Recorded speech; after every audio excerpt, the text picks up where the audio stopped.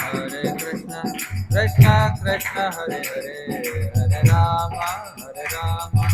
Rama Rama, Hare Hare.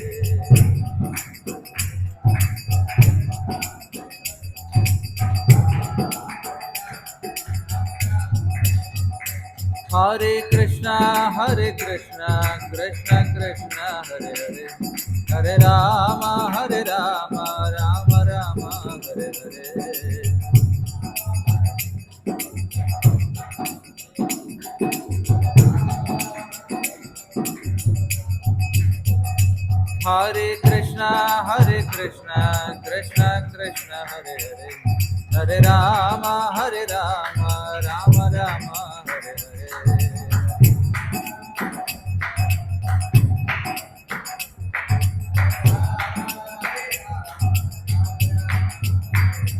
Hare Krishna, Krishna Krishna, Hare Hare, Hare Rama, Rama Rama, Hare Hare.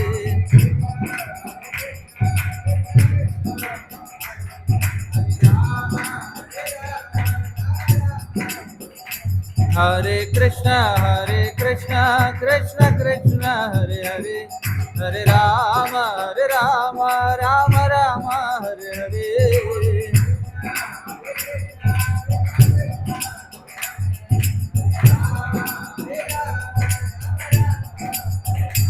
Hare Krishna, Krishna Krishna, Hare Hare, Hare Rama, Rama Rama, Hare Hare.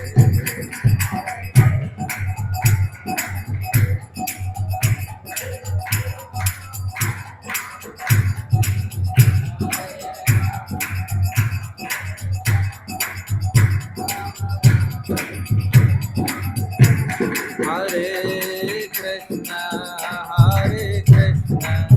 Krishna Krishna, Hare Hare, Hare Rama, Rama Rama, Hare Hare.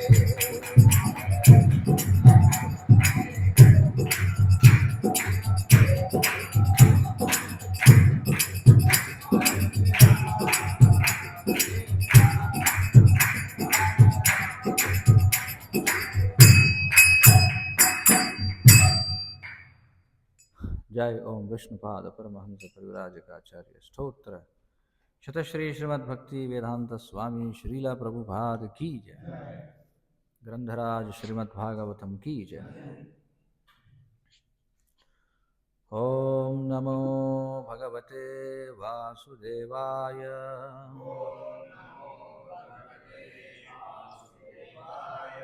ओम नमो भगवते वासुदेवाय।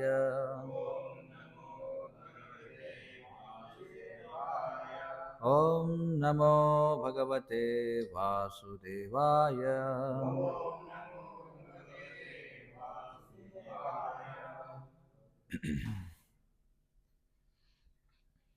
శ్రీమద్భాగవతం 4వ స్కందం మొదటి అధ్యాయం 5వ శ్లోకం పదపాఠం.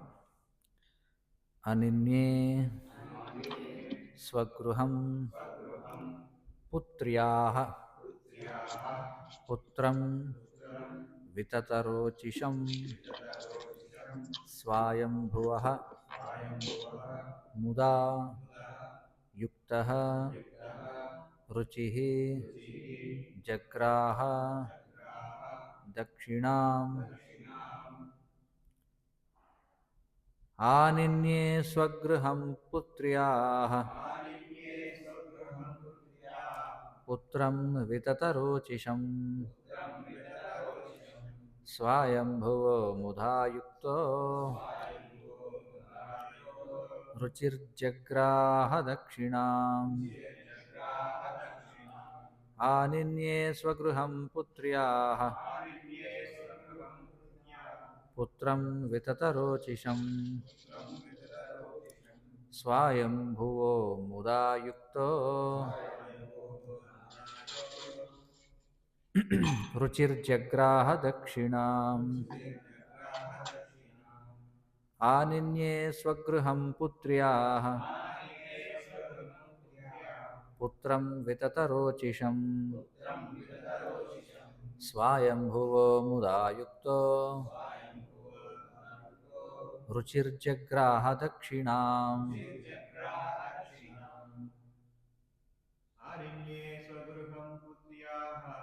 ఆనిన్యే స్వగృహం పుత్ర్యాః పుత్రం విగతరోచిషం స్వయంభువో ముదాయుక్తో రుచిర్జగ్రాహ దక్షిణాం ఆనిన్యే స్వగృహం పుత్ర్యాః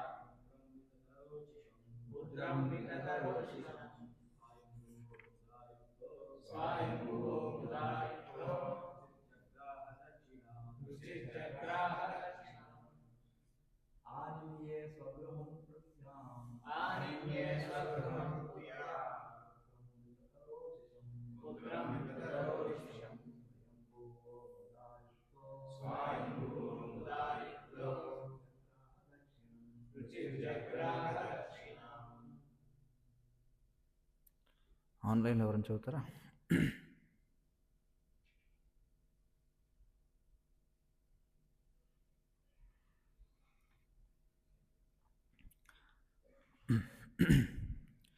ప్రతిపదార్థములు ఆనిన్యే తెచ్చుకొనెను స్వగృహం గృహమునకు పుత్ర్యాః కుమార్తెకు జన్మించిన పుత్రం పుత్రుని వితతరోచిషం పరమశక్తిమంతుడు స్వయంభువ స్వయంభువమనువు ముదా అత్యంత ముదమును యుక్త గూడి రుచి రుచి జగ్రాహ ఉంచుకునెను దక్షిణాం దక్షిణనామక పుత్రికను.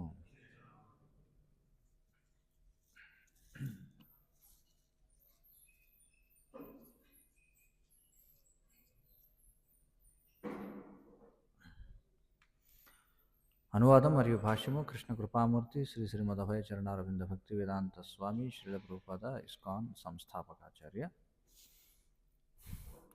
యజ్ఞుడను నామము కలిగిన ఆ సుందరుడగు బాలుని స్వయంభవ మనువు పరమానందముతో ఇంటికి తెచ్చుకొనెను. అతని అల్లుడగు రుచి కుమార్తెను అనగా దక్షిణను తన చెంతనే ఉంచుకొనెను. భాష్యము తన కుమార్తెయకు ఆకూతి పుత్రునకు మరియు పుత్రికకు జన్మనొసుగుటను గాంచి స్వయంభవమనువు మిగుల ముదమొందెను. జన్మించిన ఒక్క పుత్రుని తాను తీసుకుపోనున్నాడు. ఆ కారణమున అల్లుడగు రుచి బాధపడునేమోనని అతడు వెరగు చెందెను. కనుకనే పుత్రునితో పాటుగా పుత్రిక కూడా జన్మించినని వినినప్పుడు అతడు మిక్కిలి ఆనందించెను. తన వచనము ప్రకారము రుచి మగ సంతానమును స్వయంభవ మనువునకు ఇచ్చివేసి దక్షిణ నామక కుమార్తెను తన చెంతనే ఉంచుకొని నిశ్చయించుకునెను. విష్ణు భగవానుని నామములలో యజ్ఞుడు అనున్నది ఒకటి. అతడు వేదపతి యొగుట దానికి కారణం. యజ్ఞుడనడి నామము యజుషాంపతి సర్వయజ్ఞపతి అనేది పదము నుండి వచ్చినది. యజుర్వేదమునందు అనేక విధములైన యజ్ఞ విధులు కలవు. అట్టి యజ్ఞములన్నింటికి విష్ణు భగవానుడే భోక్త. కనుకనే భగవద్గీత యందు యజ్ఞార్థాత్ కర్మణః అని చెప్పబడినది. అనగా మనుజుడు కర్మ నొనరించియే తీరవలెను. కానీ అతడు ఆ విద్యుక్త ధర్మములను కేవలము యజ్ఞుని అనగా విష్ణువు కొరకే నిర్వహింపవలెను. మనుజుడు ఆ రీతి భగవత్ప్రీత్యర్థము కర్మ నొనరించనిచో లేదా భక్తి యోగమును నెలకొననిచో ఆ కర్మఫలమును అనుభవింపవలసి వచ్చును. ఆ కర్మఫలములు శుభమే కావచ్చును లేదా అశుభమే కావచ్చును.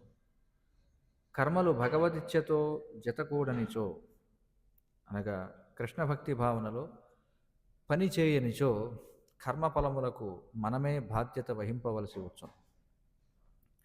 ప్రతి కర్మకు ఒక ఫలముండును. కానీ కర్మలను యజ్ఞుని కొరకు నిర్వహించినచో కర్మఫలం ఉండదు. కనుక మనుషుడు యజ్ఞుని కొరకై కర్మనొనరించినచో భవబంధమున చిక్కుబడడు. ఏలైన వేదములు మరియు వైదికానుష్ఠానములు దేవదేవుడకు శ్రీకృష్ణుని అవగతము చేసుకున్నటకే ఉద్దేశింపబడినవని వేదముల యందును భగవద్గీత యందును పేర్కొనబడినది. అనగా ఆది నుండి మనుజుడు కృష్ణ భక్తి భావన యందే కర్మ చేయుటకు యత్నించవలను. అదియే అతనిని కర్మఫలము నుండి విముక్తుని చేయును. ఓం అజ్ఞానతిమిరాంధస్య జ్ఞానాంజనశలాకయా చక్షురున్మీలితం येन తస్మై శ్రీగురవే నమః. నమః ఓం విష్ణుపాదాయ కృష్ణప్రేష్ఠాయ భూతలే శ్రీమతే భక్తివికాసస్వామినితి నమః. నమః ఓం విష్ణుపాదాయ కృష్ణప్రేష్ఠాయ భూతలే శ్రీమతే భక్తివేదాంతస్వామినితి నామనే. నమస్తే సారస్వతే దేవే గౌరవాణి ప్రచారిణే నిర్విశేష శూన్యవాది పాశ్చాత్యదేశతారిణే. జయ శ్రీకృష్ణ చైతన్య ప్రభు నిత్యానంద శ్రీ అద్వైత గదాధర శ్రీవాసాది గౌరభక్త వృంద. హరే కృష్ణ కృష్ణ కృష్ణ హరే హరే, హరే రామ రామ రామ హరే హరే.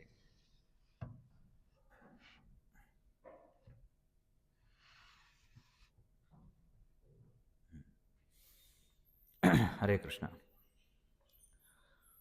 3వ స్కందం ముగించి 4వ స్కందం ప్రారంభించాం.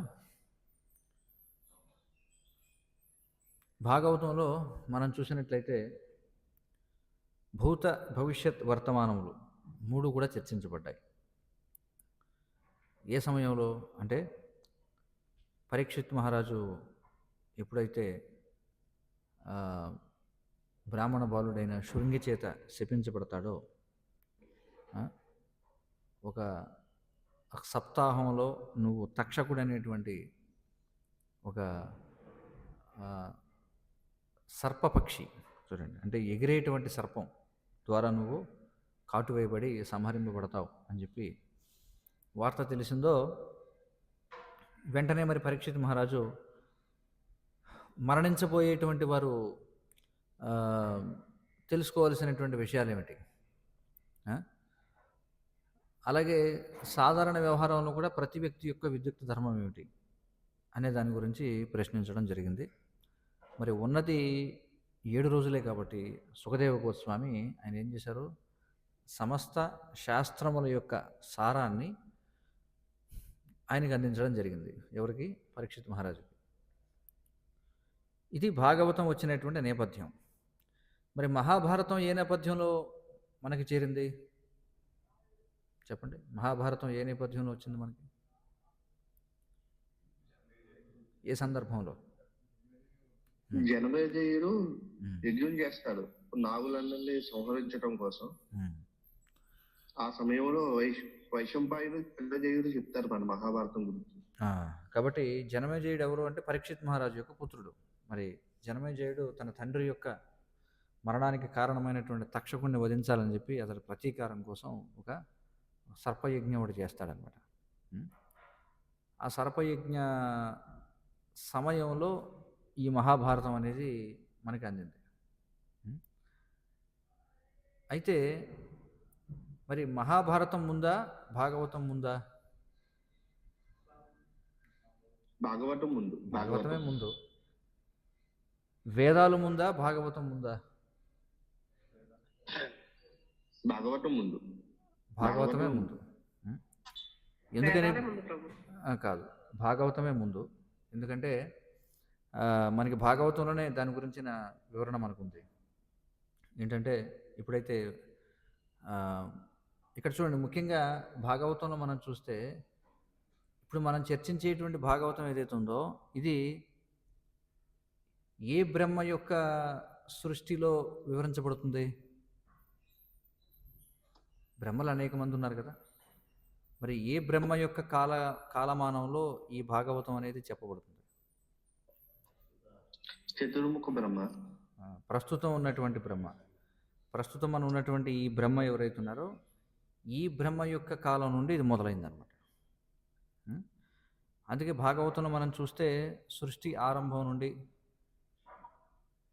పరీక్షిత్ మహారాజు ఏ సమయంలో అయితే ఈ విషయాలను ప్రశ్నించాడో ఆ సమయం వరకు గతించిపోయినదంతా కూడా చర్చించబడింది.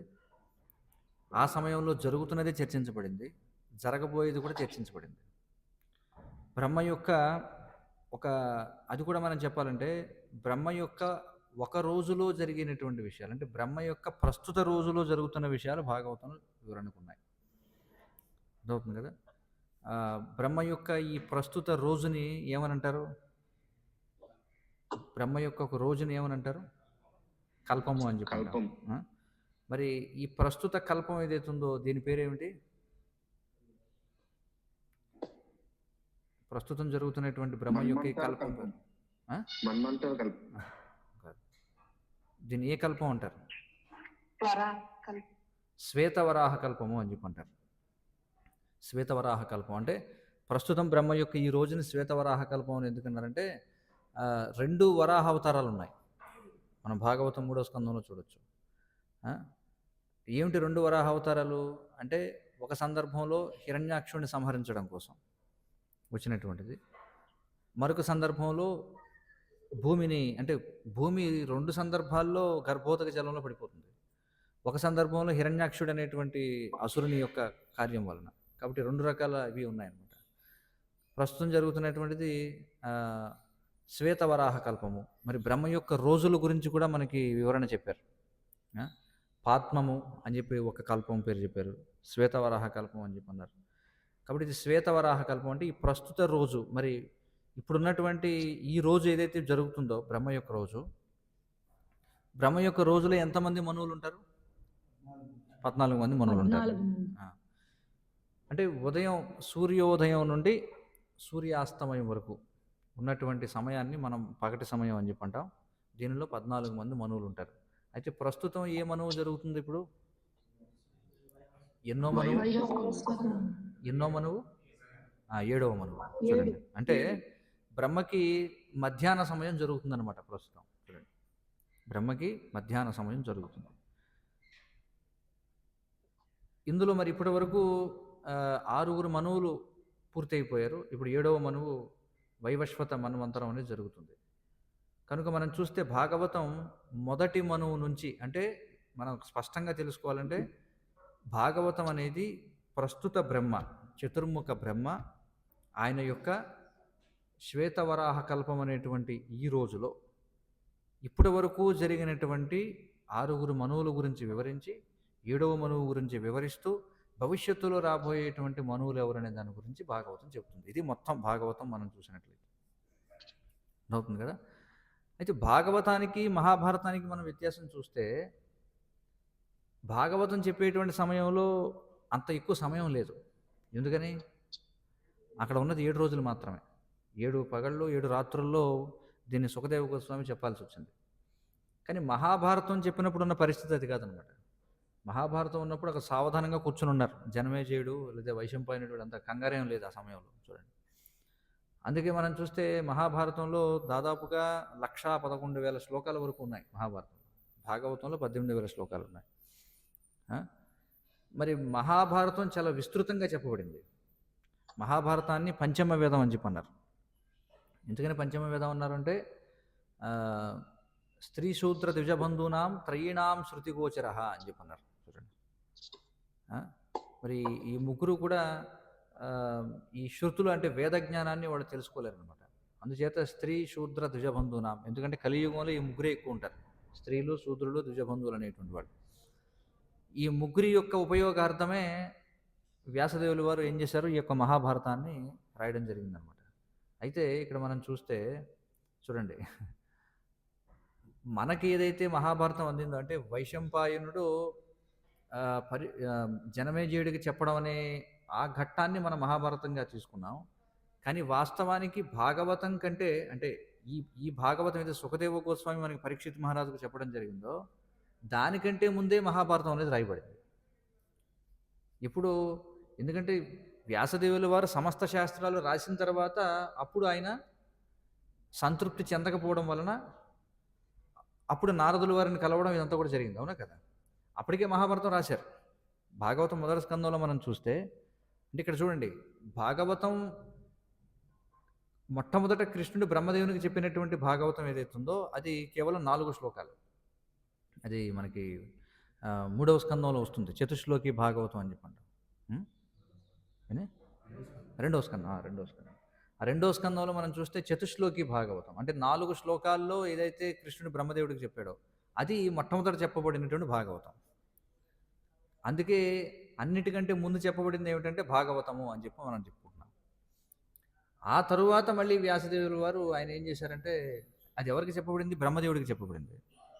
వ్యాసదేవుల వారు ఇవన్నీ కూడా తర్వాత మళ్ళీ ఆయన ద్వాపరయుగంలో అవతరించి ఈ యొక్క వేదాన్ని 4 భాగాలుగా చేయడం, మహాభారతం కూడా రాయడం జరిగింది.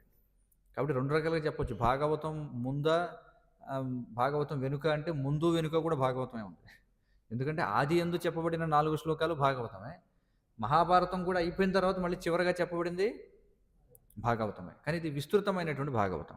అది 4 శ్లోకాలు అయితే ఇది 18,000 శ్లోకాలు.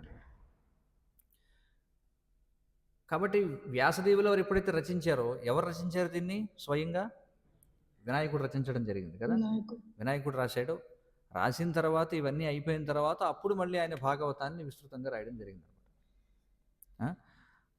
మరి ఏదైతే భాగవతం కంటే ముందు మహాభారతం రాయడం జరిగిందో వ్యాసదేవులు వారు, ఆ మహాభారతాన్ని ఈ భాగవతం గడిచిపోయిన తర్వాత మళ్ళీ ఎవరికి చెప్పారు? వైశంపాయనుడు జనమేజయుడికి చెప్పడం జరిగింది. కాబట్టి ఇది కొంచెం మనం జాగ్రత్తగా ఈ సీక్వెన్స్ని అర్థం చేసుకోవాలన్నమాట. అందుచేత ఈ మహాభారతం చాలా విస్తృతంగా ఉంది. అందులో అన్ని విషయాలు ధర్మార్థ కామ మోక్షాలకు సంబంధించిన విషయాలను కూడా మహాభారతంలో చెప్పారు. కానీ పరీక్షిత్ మహారాజు పరిస్థితి అది కాదు. పరీక్షిత్ మహారాజు ధర్మార్థ కామ మోక్షాల గురించి ఆలోచించే స్థితిలో ఉన్నాడు ఆయన? లేదు. ఆయన స్థితి ఏమిటి? మరణం ఆసన్నమైపోయింది. మరి మరణం ఆసన్నమైన వాడు ధర్మార్థ కామ మోక్షాల గురించి చర్చించాల్సింది. దేని గురించి ఆలోచించాలి? పంచమ పురుషార్థం భగవంతుడికి శరణాగతి పొందడం గురించి చర్చించాలి. అందుకే సుఖదేవ గోస్వామి ఏం చేశారంటే సకల పురాణాలు, సకల ఉపనిషత్తులు, అలాగే అన్ని శాస్త్రాల యొక్క సారాన్ని ఇచ్చారనమాట భాగవతం రూపంలో. అందుకని భాగవతం చాలా ప్రాముఖ్యతను సంతరించుకుంది. పరీక్షిత్ మహారాజు యొక్క ఆయువు మనం చూస్తే ఆయన 7 రాత్రులు, అంటే 7 పగలు 7 రాత్రులు, 7 రోజులు మాత్రమే ఆయనకి సమయం ఉంది. ఇది కలియుగంలో ఉన్నటువంటి జీవుల యొక్క స్థితిని కూడా చూపిస్తుంది అనమాట. ప్రాయేణ అల్పాయుష్య సభ్య కళావస్మిన్ యుగే జనాహ అన్నారు. ఇప్పుడు కలియుగంలో కూడా అందరూ కూడా అల్పాయుష్కులే. అందుకే చాణక్య పండితుడు కూడా అంటాడు, ఏమంటాడంటే మరి అనేకమైనటువంటి వేదశాస్త్రాలు ఉన్నాయి, ధర్మశాస్త్రాలు ఉన్నాయి, ఇవన్నీ ఉన్నాయి, కానీ మనకున్న కాలం మాత్రం చాలా తక్కువ. అంటే తెలుసుకోవాల్సినటువంటి జ్ఞానం అనంతంగా ఉంది, కానీ మనకున్నటువంటి ఆయుష్ మాత్రం పరిమితంగా ఉంది. అందుకే తెలివైనవాడు, బుద్ధిమంతుడు, జ్ఞాని అయినవాడు ఏం చేయాలట అంటే ఏదైతే అత్యావశ్యకమో దానిని తెలుసుకోవాలి, అంతవరకే మనం జ్ఞాన సముపార్జన చేయాలి అని చెప్పంటాడు. మరి మనకి అత్యావశ్యకమైనటువంటి జ్ఞానం ఏమిటి అంటే భగవద్గీత మొట్టమొదట, తర్వాత భాగవతం, అలాగే చైతన్య చరితామృతం, వీటిని భక్తి శాస్త్రాలు అని చెప్పంటారు. ఈశోపనిషత్తు, ఉపదేశామృతం, భక్తిరసామృతం, భగవద్గీత, శ్రీమద్భాగవతం, ఇవి భక్తి శాస్త్రాలు అన్నమాట. తర్వాత చైతన్య చరితామృతం. ఈ గ్రంథాల వరకు మనం మన జీవితకాలంలో అన్నీ 3 సార్లు చదవగలిగితే మన వేదాధ్యయనం సంపూర్ణంగా మనం చెప్పుకోవచ్చు అనమాట. అందుచేత అనేక శాస్త్రాలు చదవాలనేటువంటి కోరిక అందరికీ అవసరం లేదనమాట. కొంతమంది అవకాశం ఉంటే, కానీ మొట్టమొదట మనం దృష్టి పెట్టాల్సింది ఇంతవరకు. కాబట్టి ఇక్కడ మనం చెప్పుకుంటున్నాం మరి 3వ స్కందంతో మొదలైంది భాగవతం అని చెప్పుకోవచ్చు. పూర్వం కూడా మనం చెప్పుకున్నాం. మొదటి స్కందం అంతానేమో నేపథ్యం, కురుక్షేత్ర రణరంగమున సైనిక పరిశీలనం అని భగవద్గీతలో మొదటి అధ్యాయం ఎలా ఉందో, అలాగే అసలు భాగవతం పుట్టడానికి కారణాలు ఏమిటనేది మొదటి స్కందం వివరిస్తుంది. 2వ స్కందంలో అసలు భాగవతం అంతటిలో ఏదైతే చర్చించబడిందో దాని గురించి సూచనప్రాయంగా 2వ స్కందంలో చెప్పబడింది.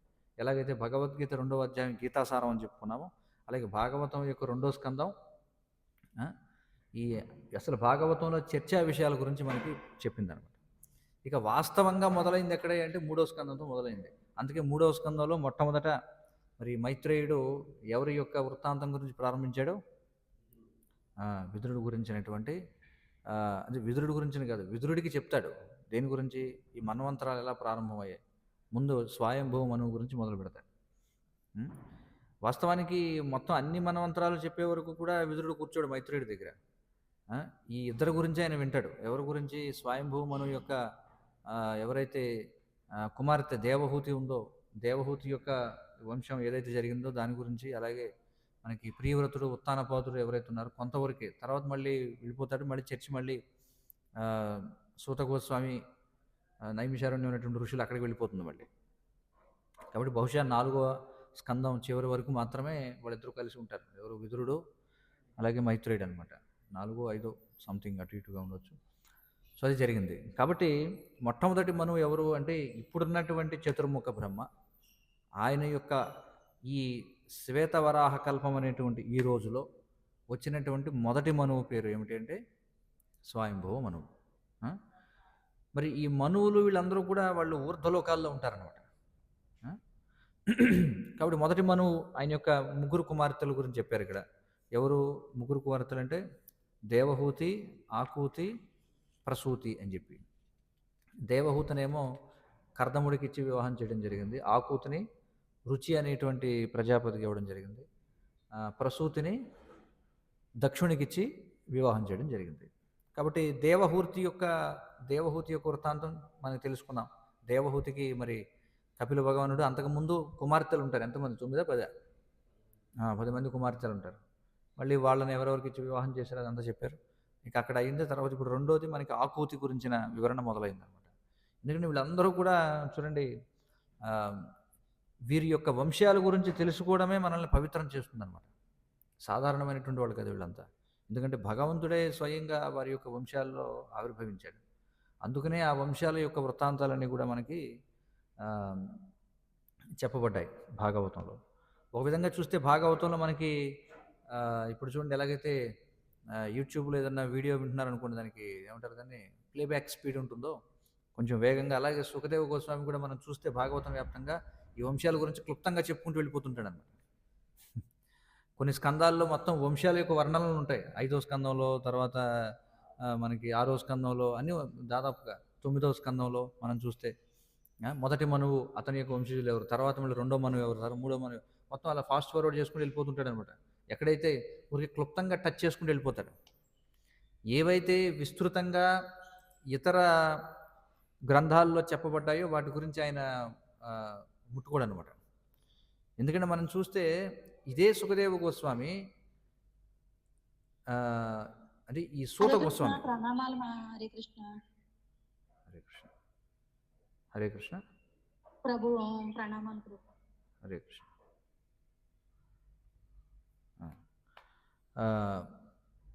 కాబట్టి సుఖదేవ గోస్వామి పరీక్షిత్ మహారాజుకి భాగవతం చెప్పడం జరిగింది. ఈ సూత గోస్వామి నైమిషారణ్యంలో ఉన్నటువంటి ఋషులు ఎవరైతే ఉన్నారో వారికి మిగిలిన పురాణాలనే చెప్తాడనమాట. చూడండి, అదే సందర్భంలో ఎక్కడైతే కలియుగం ఆరంభంలో ఈ సత్రయాగం ప్రారంభిస్తారు కదా, సత్రయాగం ప్రారంభించేటువంటి సమయంలోనే, అందుకే మీరు ఏ పురాణం చూసినా సరే సూత గోస్వామి చెప్తాడు, నైమిషారణ్యంలో ఉన్నటువంటి ఋషులందరూ అడుగుతుంటారు. వాళ్ళ సంభాషణ అనమాట.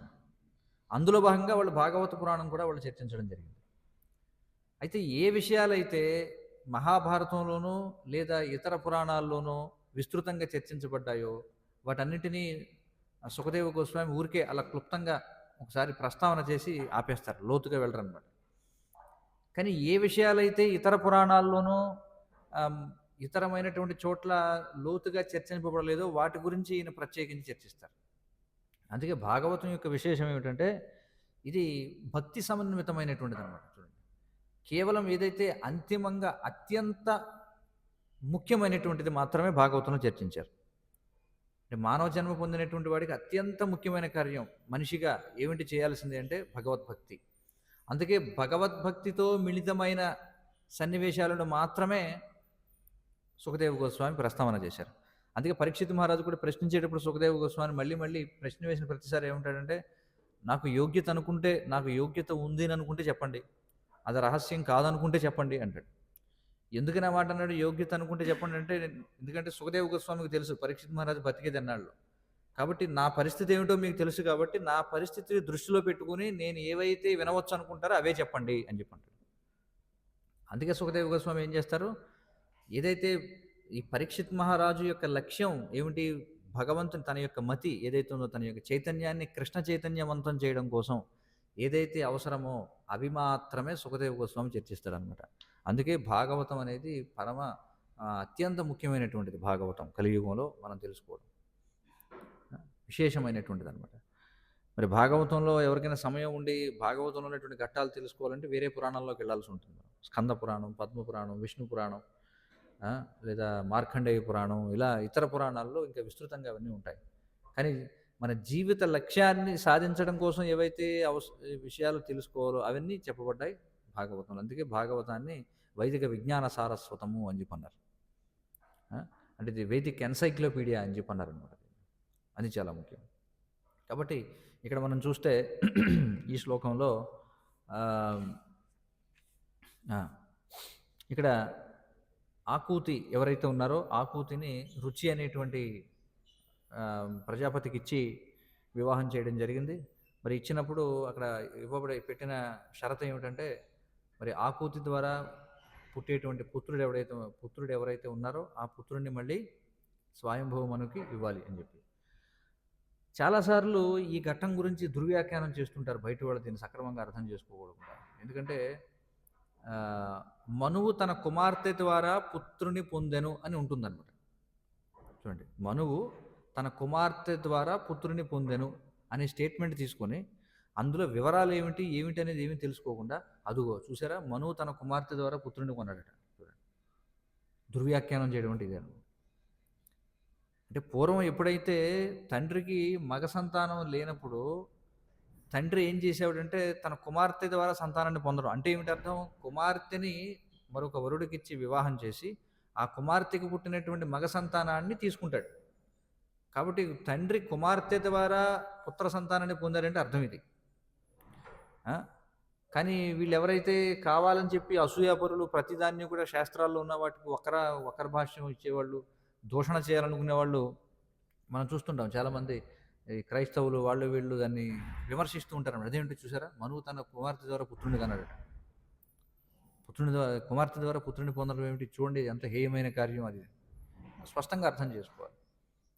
పూర్వం ఉన్నటువంటి విధానం ఇది. ఏమిటంటే తండ్రికి పుత్ర సంతానం లేకపోతే తన కుమార్తెని మరొక వరుడికిచ్చి వివాహం చేసి ఆ కుమార్తెకి కలిగినటువంటి సంతానాన్ని ఆయన తీసుకునేవాడు కనుక ఆ విధంగా మనం ఇక్కడ చూస్తున్నాం. అయితే ఇక్కడ మనకి ఇక్కడ చూస్తే మనువుకి ఎప్పటికీ ఇద్దరు పుత్రులు ఉన్నారు. ఎవరు వాళ్ళు? ప్రియవ్రతుడు, ఉత్తానపాదుడు. మరి వాళ్ళ యొక్క చరిత్రలు మనం తర్వాత చూస్తాం. వారి యొక్క చరిత్రలు, వాళ్ళ యొక్క వంశాలు అసలు ఎలా ఎవరెవరు వచ్చారు, అందులో ఏమిటి, అనేక మంది ఉన్నారన్నమాట వీళ్ళందరూ కూడా.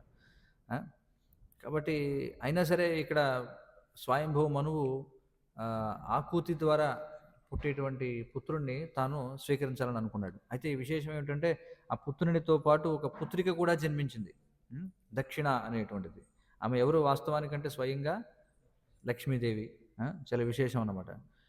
కాబట్టి మరి రుచి తాను ఇచ్చినటువంటి మాట ప్రకారం మగ సంతానాన్ని స్వయంభూ మనుకు ఇచ్చివేసి దక్షిణ నామక కుమార్తెను తన చెంతనే ఉంచుకోవాలని ఆయన నిర్ణయించుకున్నాడు అని చెప్పారు.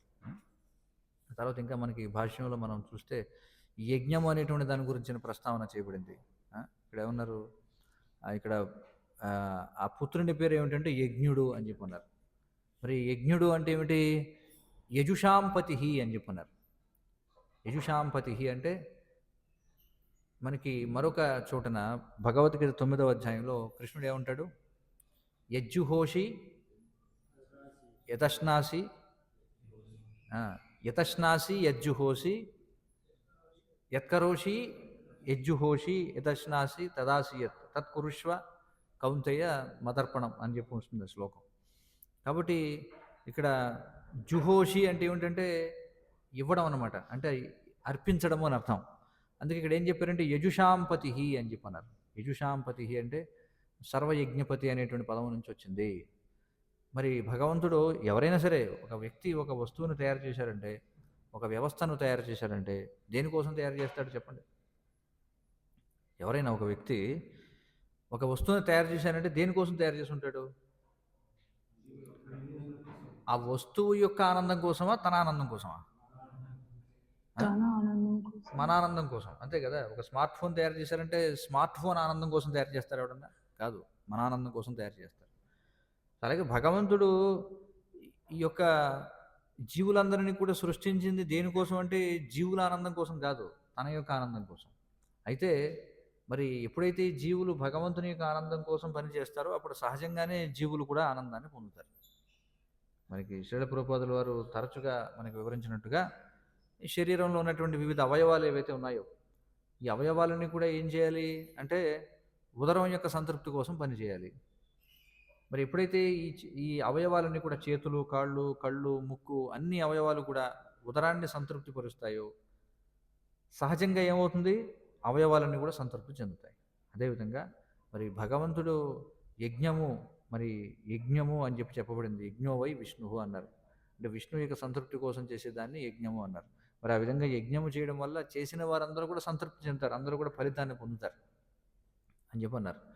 అందుకే మరి భగవంతునికి సంతృప్తి కోసం తప్ప అన్యదా పని చేయకూడదు. ఎలాగంటే ఒక వ్యవస్థ ఉందనుకోండి, ఉదాహరణకి కృష్ణుడు చెప్తాడు మత్ సంస్థామధిగచ్చతి అని చెప్పుంటాడు, అంటే నా యొక్క సంస్థలో చేరతారని చెప్పుంటాడు కృష్ణుడు. మత్ సంస్థామధిగచ్చతి.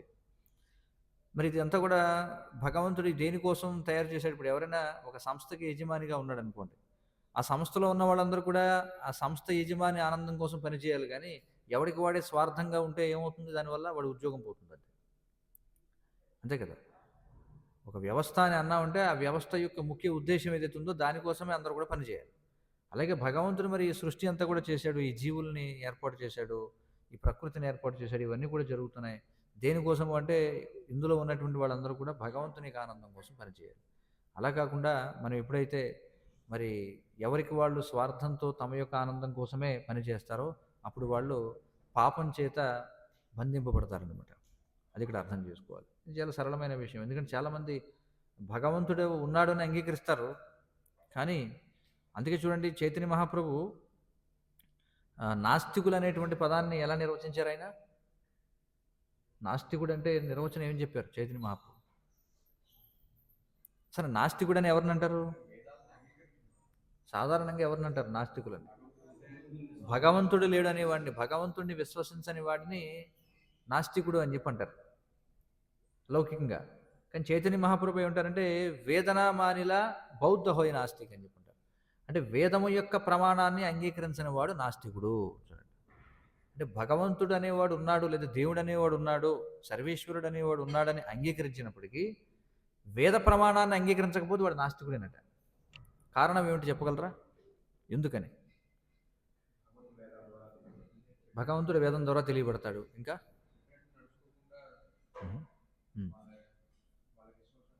అంటే వేదాన్ని అనుసరించి భగవంతుణ్ణి సేవించడానికి, వేద సంబంధం లేకుండా భగవంతుణ్ణి సేవించడానికి ఏమిటి వ్యత్యాసం? ఏవైతే ఈ అధార్మిక మతాలు అనేవి ఏవైతే ఉన్నాయి ప్రపంచంలో, వాటికి వేద సంస్కృతికి ఏమిటి తేడా అంటే వాళ్ళు కూడా భగవంతుడు అనేవాడు ఉన్నాడు, వాడు యెహోవా ఉన్నారు, లేకపోతే అల్లా ఉన్నారని అంగీకరిస్తారు కదా. కానీ ఆయా మత విధానాల్లో మనం చూస్తే అక్కడ ఎవరినైతే వాళ్ళు దేవుడు నియామకుడు అని చెప్పి ఉంటున్నారో అతన్ని కూడా తమ సేవకుడిగానే చూస్తారు. అందులో ఎవరైతే ఆ దేవుణ్ణి అర్చించేవారు ఎవరైతే ఉన్నారో అర్చించేవారందరూ ఏమనుకుంటారు? ఈ దేవుడు ఎవరైతే ఉన్నాడో ఈయన నా కోరికలు తీర్చడం కోసం ఉన్నాడు, అంతే కదా. కాబట్టి ఒకవేళ మనం భగవద్ధామం వెళ్ళిన తర్వాత కూడా అక్కడ కూడా చేసేది ఏమిటి? మన ఇంద్రియ భోగంలో మనం ఉంటాం. అంటే దేవుడు అనేవాడు ఒక ఆర్డర్ సప్లయర్గా అందులో చూపిస్తారనమాట. Order supplier. హోటల్లో చూడండి, నాకు పెసరట్టు కావాలి, మినపట్టు కావాలని ఆర్డర్ చేసినట్టుగా వాళ్ళ దాంట్లో మనం చూస్తే ఆ భగవంతుడిని మనం సంతృప్తి పరిస్తే మనకు కావాల్సినటువంటివన్నీ కూడా ఇస్తాడు. కాబట్టి భగవంతుడు అనేవాడు ఎందుకున్నాడు బేసిక్గా అంటే మనం చేసినటువంటి పాపాలకి ఆయన చనిపోవడం కోసం. అదే కదా కాన్సెప్ట్, అదేనా కదా. అక్కడ స్పష్టంగా ఏం కనిపిస్తుంది? భగవంతుడు అనేవాడు మన ఇంద్రియ భోగం కోసం ఉన్నాడని. ఇది పూర్తి వ్యతిరేకం అన్నమాట. అసలు భగవంతుడు అనేవాడు ఒక సృష్టిని తయారు చేసినప్పుడు అది ఆయన ఉపయోగం కోసం సృష్టించుకుంటాడు, కానీ తాను తయారు చేసినటువంటి ఒక వస్తువు ఏదైతే ఉందో, ఇప్పుడు చూడండి మనం చూస్తాం బయట చెరుకు రసం తీస్తారు కదా.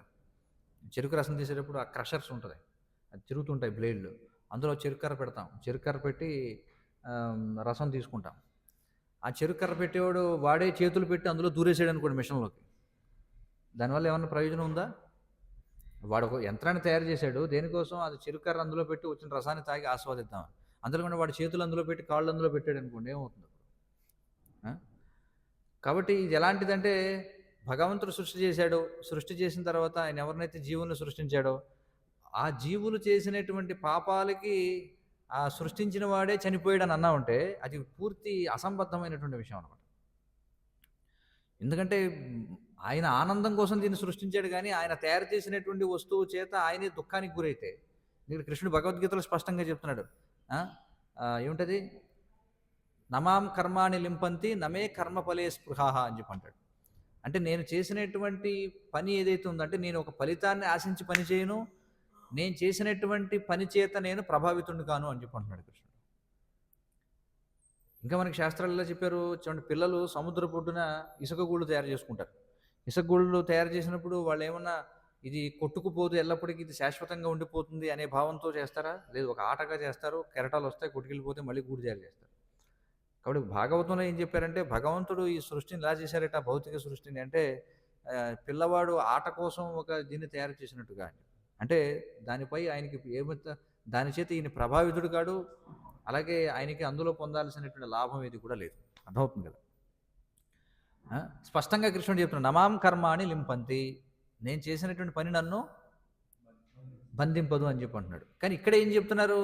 భగవంతుడు అనేవాడు సృష్టి చేశాడు, ఆయన కొంతమంది జీవులను సృష్టించాడు, కానీ ఆయన సృష్టించినటువంటి జీవులు చేసినటువంటి పాపాల కోసం ఆయనే ప్రాణాలు అర్పించాల్సి వచ్చింది.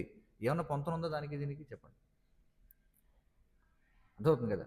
అందుకే ఈ అధార్మికమైనటువంటి మతాల్లో మనం చూస్తే వాళ్ళు భగవంతుడు అనేవాడు ఉన్నాడని అంగీకరించినా కూడా వాళ్ళు ఎలా ఆలోచిస్తున్నారు? వాళ్ళు భగవంతుడు అనేవాడు మనకి ఆర్డర్ సప్లైర్, అంటే మన ఇంద్రియ భోగానికి ఉన్నవాడు. కానీ వైదిక శాస్త్రాల్లో మాత్రమే మనకి ఈ అవగాహన అనేది ఉంది. వైదిక శాస్త్రాల్లో ఇలాంటి అవగాహన ఉంది. అత్యున్నతమైన అవగాహన ఏమిటి? మనం భగవంతుని కోసం ఉన్నాము అనేటువంటి అవగాహన. అర్థమవుతుంది కదా? వైదిక శాస్త్రాల్లో కూడా ఉంది, పలానా దేవతను పూజిస్తే ఇది వస్తుంది, పలానా దేవతను పూజిస్తే ఇది వస్తుంది, ఇలా చేస్తే అది అవుతుంది, ఇవన్నీ ఉన్నాయి. కానీ భాగవతంలో అవి లేవు. భాగవతం అందుకే మొదటి స్కందంలోనే ఏం చెప్పారు? ధర్మ ప్రోజ్జిత కైతవోత్ర పరమో నిర్మత్సరాణం సతాం అత్ర వస్తు శివదం తాపత్రయోన్మూలనం కిం వాపరైరీశ్వర అని చెప్పి మనకి చెప్పడం జరుగుతుందట. కాబట్టి ధర్మప్రోజ్జిత కైతవోత్ర పరమో నిర్మత్సరాణం సతాం. కానీ భాగవతంలో అలాంటి వాటికి చోటు లేదనమాట. భాగవత ధర్మం అంటే ఇది భగవంతుని యొక్క సంతృప్తి కోసం ఉన్నటువంటిది. అందుకే సవై పుంసాం పరో ధర్మో యతో భక్తి రథోక్షజే అహైతుకి అప్రతిహత యయాత్మ సుప్రసిద్ధతి అని చెప్పి చెప్పబడింది భాగవతం ఆరంభంలోనే. చూడండి, ఏది పరమధర్మము అంటే సవై పుంసాం అంటే మనుషులకు, పుంసాం అంటే మనుషులకు. ఏది పరమధర్మం అంటే సవై పుంసాం పరో ధర్మో యతో భక్తి రథోక్షజే. చూడండి, అధోక్షజుడైనటువంటి వాడి యొక్క భక్తియుత సేవలో నిమగ్నం చేసేదే పరమధర్మము. ఎలాంటిది అది? అహైతుకి అప్రతిహత అంటే ఏదో ఒక హేతువుని ఆశించి చేసేది కాదు, అది అప్రతిహతమైనటువంటిది. అంటే ఏ విధమైన భౌతికమైనటువంటి ప్రభావాల చేత ఆగిపోనిది. చూడండి, అంతవుతుంది కదా. మనుషులు ఏం చేస్తుంటారు? దేవుళ్ళని మార్చేస్తుంటారు. వాళ్ళు ఏమంటారు? నేనేదో మొక్కుకున్నానండి, ఆ దేవత దగ్గరికి వెళ్ళాను, పని అవ్వలేదో ఇంకో దేవతను పట్టుకుంటాడు, పని అవ్వలేదో ఇంకో దేవతను పట్టుకుంటాడు, అది కూడా అవ్వలేదా ఎవరో బాబాలను పట్టుకుంటాడు, ఈ బాబాను పట్టుకున్నా అవ్వలేదు, ఆ బాబాను పట్టుకున్నా అవ్వలేదు, సరే యేసుక్రీస్తు దగ్గరికి వెళ్దాం, మతం మారి చూద్దాం, అక్కడ ఏమైనా పని అవుతుందేమో, అది కూడా పని అవ్వలేదా నాస్తికుడు అయిపోతాడు. చూడండి, అలాంటివి పూర్తిగా అలాంటి వాటికి తావు లేదు ఇక్కడ. అందుకే అప్రతిహత అని చెప్పన్నారు. అప్రతిహత. చూడండి, పాండవులకి ఎన్ని కష్టాలు పడ్డారు వాళ్ళు చెప్పండి. ఋతుక్రమంలో ఉన్నటువంటి ద్రౌపదిని, ఆమెని ఈడ్చుకొచ్చారు సభలోకి. చూడండి, పాండవులు ఇప్పుడు కూడా అరే మేము కృష్ణుడిని ఇంతగా మేము సేవించామే, మాకెందుకు ఇన్ని కష్టాలు వచ్చాయి, అసలు ఆయన ఉన్నాడా, లేకపోతే మనం కృష్ణుడిని కాకుండా ఇంకొక ఎవరినైనా పట్టుకుందామా అని అనుకున్నారు వాళ్ళు ఎక్కడన్నా? ఎక్కడా లేదు. మనం చూస్తుంటాం చాలామంది, ఏమండి నేను హరే కృష్ణ జపం చేశానండి, నేను 4 ఆదివారాలు మీ మందిరానికి వచ్చానండి, కానీ నేను 5వ ఆదివారం నా సైకిల్ ఎవడో పట్టుకుపోయాడండి, 6వ ఆదివారం నా చెప్పులు ఎవడో తీసుకెళ్ళిపోయాడండి, కాబట్టి నేను వేరే గుడికి వెళ్తానండి.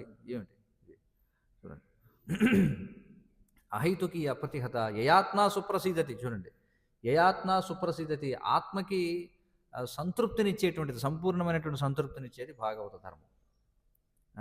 అందుకే పరీక్షిత్ మహారాజుకి ఏమి ఇచ్చారంటే ఆ భాగవతం మాత్రమే సారం సారం సంస్కృతం అని చెప్పన్నారు.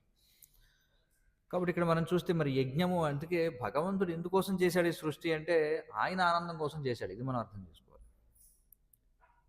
మరి ఆయన అంటే ఇక్కడ చూడండి, రాజు అని అన్నాం అనుకోండి, రాజు అంటే ఆయన ఒక రాజ్యం కూడా ఉంటుంది. రాజ్యం లేకుండా రాజు ఉంటాడా? రాజు లేకుండా రాజ్యం ఉంటుందా? రెండూ ఉండవు. కాబట్టి భగవంతుడు అంటే మనం కూడా, అంటే ఇదేమిటండి మనం కూడా భగవంతుడేనా? కాదు, మనతో కలిపే భగవంతుడు. అంటే మనం కూడా భగవంతుని యొక్క అంశలము. అంశాలంటే అర్థం ఏమిటి? అంశాలంటే అర్థం ఏమిటి? భాగాలు అని చెప్పి అర్థం. కాబట్టి మరి భగవంతుడు అని అన్నప్పుడు మనం కూడా వస్తాం అందులోకి. అంటే భగవంతునికి పరివారం మనం అందరం కూడా. రాజ్యం అన్నప్పుడు రాజు అంటే రాజ్యం ఉంటుంది కదా. అలాగే భగవంతుడు అని అన్నామంటే మనం భగవంతుడి నుంచి విడిగా లేము, భగవంతుడిని విడిగా చూడకూడదు. మనం భగవంతుడు అంటే మనం ఎప్పుడు భగవంతుడితో అనుసంధానం అయ్యే ఉన్నాం. కాబట్టి భగవంతుడికి ఎప్పుడైతే సేవ చేస్తామో అప్పుడు మనకి మనం సేవ చేసుకున్నట్టు అవుతుంది. అందుకే మాధవ సేవ మానవ సేవ అవుతుంది. చూడండి, అంటే కృష్ణుడిని సంతృప్తి పరిస్తే జీవులందరూ కూడా సంతృప్తి చెందుతారు. అది ఉన్నతమైనటువంటి దృష్టి. అందుకే ఇక్కడ ఏమంటారంటే, అందుకే భాగవతంలో చాలా చోట్ల భేదభావం ఉండకూడదు, భేదభావం చూడకూడదు. అంటే అర్థం ఏమిటంటే మనల్ని భగవంతుడికి భిన్నమైన వాళ్ళుగా ఎప్పుడు చూడకూడదు. అది ఇక్కడ అర్థం. ఎందుకంటే మనం ఎప్పుడు భగవంతుడితో అనుసంధానమయ్యే ఉన్నాం. ఏ విధంగా రాజు నుండి రాజ్యాన్ని వేరు చేయలేమో, రాజ్యం లేకుండా రాజు అవ్వడు, అలాగే భగవంతుడు సేవకులైనటువంటి జీవులైనటువంటి మనం లేకపోతే ఆయన భగవంతుడు ఎలా అవుతాడు? మరి ఎప్పుడైతే రాజ్యము అంటే ఖచ్చితంగా రాజ్యంలో కారాగృహం అనేది ఉంటుందో, అలాగే భగవంతుడు అనగానే ఈ భౌతిక సృష్టి కూడా ఉంటుంది సహజంగానే. ఎందుకంటే రెబలెస్ ఫెలోస్ ఎప్పుడు ఉంటారు కదా మరి, కదా. ఆ? ఎవరైతే మొరాయించే వాళ్ళు ఉంటారు అర్థం కదా, మొరాయించిందంటారు, వాహనం మొరాయించిందని. పూర్వం గుర్రాలు మొరాయించేవన్నమాట, అంటే అది వెళ్దనమాట, ముందుకు వెళ్దాం, ఎంత చేసినా సరే నేను వెళ్ళనంటారు అంతే. చూడండి, అలా మొరాయించేవాళ్ళు ఉంటారు. కాబట్టి వాళ్ళ కోసం ఈ కారాగృహం అనేది ఉండాల్సిందే. కాబట్టి ఇది మనం అర్థం చేసుకోవాలి. భగవంతుడు అంటే ఒక చెట్టు అన్నామంటే అన్నీ ఉన్నాయి అందులో, మళ్ళీ ప్రత్యేకించి చెప్పాల్సిన అవసరం లేదు. అదేంటి మీరు చెట్టు అన్నారండి, మరి కొమ్మని అనలేదు ఏంటండి, మరి కాయని అనలేదు ఏంటండి, వేరుని అనలేదు ఏంటి? అరే చెట్టు అన్నామంటే అన్నీ ఉన్నాయి అందులో. అలాగే కృష్ణ అని అన్నామంటే అన్నీ అందులో ఉన్నాయి, ఆల్ ఇన్క్లూజివ్ అని చెప్పి అంటారు. అందుకే భగవంతుని తత్వతః తెలుసుకోవాలని అన్నప్పుడు అర్థం ఏమిటి? భగవంతుని యొక్క విస్తరణలు, భగవంతుని యొక్క అవతారాలు, భగవంతుని యొక్క అంతర్గత శక్తి, ఆయన యొక్క బాహ్య శక్తి, తటస్థ శక్తి, ఆ, భగవంతుడు చేసే కార్యాలు, ఇవన్నీ కలిపితే దాన్ని తత్వతః తెలుసుకోవడం అని చెప్పి అంటారు. అందుచేత భగవంతుణ్ణి యజ్ఞుడు అని చెప్పి అన్నారు. అంటే ఆయన యొక్క ఆనందం కోసమే అన్నీ కూడా జరగాలి. ఎప్పుడైతే భగవంతుణ్ణి ఆనందం కోసం మనం చేస్తామో మరి సహజంగా మనం కూడా సంతృప్తి చెందుతాం. అది ఇక్కడ మనం అర్థం చేసుకోవాలి. అలా చేయకపోతే ఏమవుతుంది? కర్మఫలములకు మనమే బాధ్యత వహింపవలసి వచ్చును. యజ్ఞార్థాత్ కర్మణోన్యత్ర లోకోయం కర్మబంధన తదహం కర్మ కౌంతేయ ముక్తసంగ సమాచర అని చెప్పన్నాడు. అందుకే ఓ కౌంతేయ నువ్వేం చేయాలి? ముక్తి పొందేలాగున నువ్వు కర్మ చేయి అని చెప్పి అంటున్నాడు.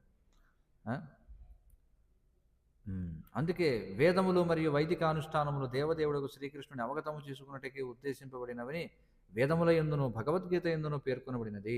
చూడండి, భగవద్గీతలో కూడా చెప్పబడింది. ఏమిటది? 15వ అధ్యాయం శ్లోకం, వేదైశ్చ సర్వైరహమేవ వేద్య వేదాంతకృత్ వేద విదేవ్యచాహం అని చెప్పారు. అనగా ఆది నుండి మనుషుడు కృష్ణ భక్తి భావన ఎందే కర్మ చేయుటకు యత్నింపవలను, అదే అతనిని కర్మఫలము నుండి విముక్తిని చేయును అని చెప్పన్నారు. కాబట్టి కర్మఫలము నుండి విముక్తి పొందాలంటే మనం భగవంతుని కోసమే పని చేయాలి. కాబట్టి మరి ఆ యజ్ఞుడు ఎవరైతే ఉన్నాడో ఆయన మన్వంతర అవతారం అని చెప్పి మనం నిన్ను కూడా చర్చించాం కదా. మరి మన్వంతర అవతారంగా వచ్చినటువంటి ఆ యజ్ఞుని ఆయన పొందడం జరిగింది. ఎందుకంటే ఉత్తానపాదుడు, ప్రియవ్రతుడు ఉన్నారు, వాళ్ళు సాధారణమైనటువంటి వ్యక్తులు. అంటే సాధారణం అంటే మనలాంటి సాధారణ వ్యక్తులు కాదు, వాళ్ళు చాలా గొప్పవాళ్ళు వాళ్ళు. కానీ యజ్ఞుడు స్వయంగా భగవంతునికి మన్వంతర అవతారం కాబట్టి స్వయంభూమును ఆయనని పొందాలనుకున్నాడు అనమాట. హరే కృష్ణ. ఏమైనా ప్రశ్నలు సూచనలు ఉంటే చెప్పండి.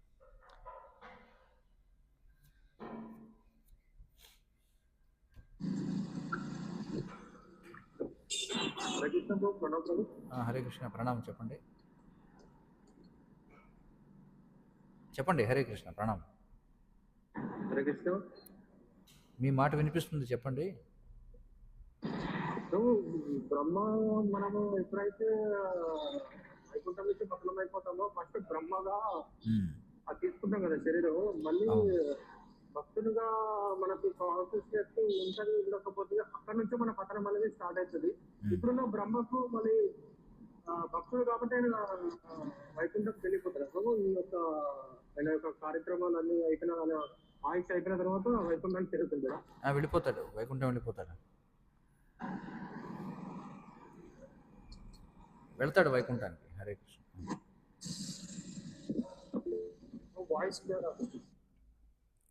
చెప్పండి. మరొకరు ఎవరు ప్రశ్న? సర్వపాలక శ్రీ హరిప్రభు గారు చెప్పండి. హరే కృష్ణ ప్రభు, ధన్యవాదాలు ప్రభు. ప్రణామాలు.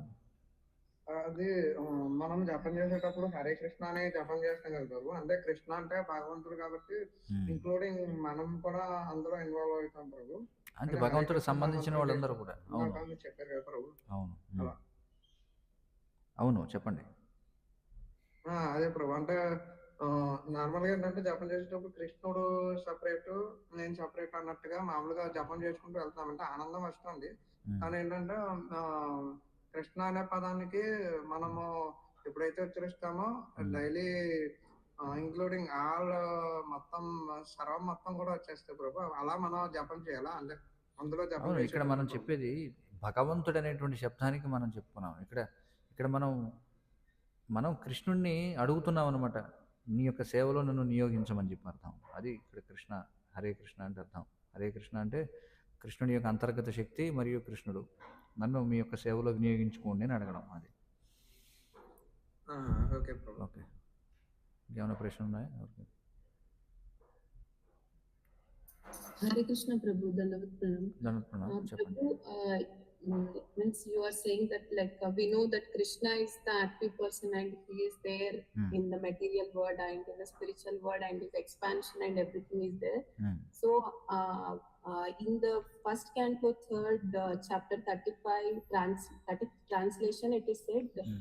now thus learned man describe the births and activities of the unborn and inactive.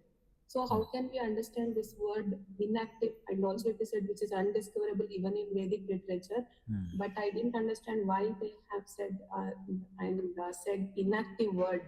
Okay, How inactive అనేటువంటి పదాన్ని ఎందుకు వాడారు? ఇనాక్టివ్ అంటే ఏ కర్మ చేయడు అని అర్థం. అవును, వాస్తవంగా భగవంతుడు ఏ కార్యము చేయడు, అన్ని చేయిస్తాడు. కానీ ఎవరైతే చేయించారో వాళ్ళే చేసినట్టుగా చెప్తాం. ఇదే అచింత్యము అని అంటాం, ఇన్కన్సీవబుల్. నో, అంటే ఏకకాలంలో ఆయన ఏది చేయడు కానీ చేస్తూనే ఉంటాడు. ఎలా చేస్తాడు ఆయన అంటే ఆయన యొక్క ఉపకరణాల ద్వారా, దేవతల ద్వారా, తన యొక్క విస్తరణల ద్వారా, అవతారాల ద్వారా అన్నీ చేస్తాడు. అందుకే ఆయన ఇనాక్టివ్ అని చెప్పన్నారు, ఏమి చేయడు అని చెప్పంటారు. కానీ ఆయన ఏమి చేయకపోయినా అన్నీ ఆయన లేకపోతే ఇది కూడా జరగదు. అందుకే ఆయన భగవంతుడు అని చెప్పన్నారు. That is inconceivable. Hare Krishna.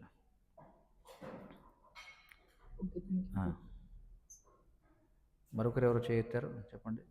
Subhadra Mataji. Hare Krishna Prabhuji, దండవత్ Pranam. ప్రణామాలు, చెప్పండి. ప్రభుజీ, యజ్ఞుడు అంటే స్వయంగా భగవానుడే కదండి. అలాగే దక్షిణ అంటే లక్ష్మీదేవి దక్షిణగా పుట్టారు అంటే అన్నాచలులుగా పుట్టారని అర్థం చేసుకోవాలి. ఎలాగా ప్రభుజీ, ఇక్కడ ఎలా అర్థం చేసుకోవాలి? అదే భగవంతుని యొక్క లీలలు దివ్యమైనవని ఎందుకు చెప్తున్నామంటే, సాధారణ మానవ సమాజంలో ఎవరైనా ఆ విధంగా పుడితే వాళ్ళని సోదర సోదరీమణులుగా గుర్తిస్తాం. కానీ భగవంతుడు ఈ నియమాలన్నిటికీ అతీతమైనటువంటి వాడు అనమాట.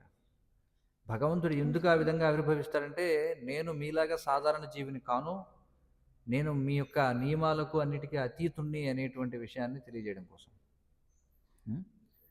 కాబట్టి అందుచేత ఆయన ఏకకాలంలో ఆయన ఆ విధంగా లక్ష్మీనారాయణులు ఇద్దరు కూడా ఉద్భవించడం జరిగింది. ప్రభుజీ, ఇంకొక చిన్నది, ఇప్పుడు అక్కడ వెల్లూరులో ఒక లక్ష్మీదేవి టెంపుల్ ఉంది. అక్కడ నారాయణి అంటుంటారు. నారాయణి అన్నా కూడాను అంటే నారాయణుడికి చెల్లి అని చెప్పి అంటుంటారు. అక్కడ కొంతమంది లక్ష్మీదేవి అంటారు, కొంతమంది చెల్లి అంటారు. అక్కడ ఎలాగా, అది ఏమైనా శాస్త్రంలో ఉందా నారాయణి అనే శబ్దము? అవును, భాగవతం దశమ స్కందంలో చెప్పబడింది. దుర్గాదేవికి అనేకమైనటువంటి నామాలు ఉన్నాయి, అందులో నారాయణి అనేటువంటిది ఒకటి. అంటే నారాయణుని యొక్క శక్తి కాబట్టి ఇక్కడ నారాయణి అని చెప్పి అన్నారు దుర్గాదేవిని. హరే కృష్ణ. హరే కృష్ణ. హరే కృష్ణ. గ్రంథరాజ్ శ్రీమద్ భాగవతం की जय. जगद्गुरु श्रील प्रभुपाद की जय. वाञ्छाकल्पतरुभ्यश्च कृपा सिन्धुभ्यैव च पतितानां पावनेभ्यो वैष्णवेभ्यो नमो नमः.